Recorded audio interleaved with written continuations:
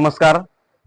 फोटोसाठी आणि व्हिडिओ शूटिंगसाठी जर तुम्ही मोबाईल घेण्याचा विचार करत असाल तर आपल्याकडे नवीन मोबाईल आलेला आहे. 20 सिरीजचा E50 तुम्ही पाहू शकताय.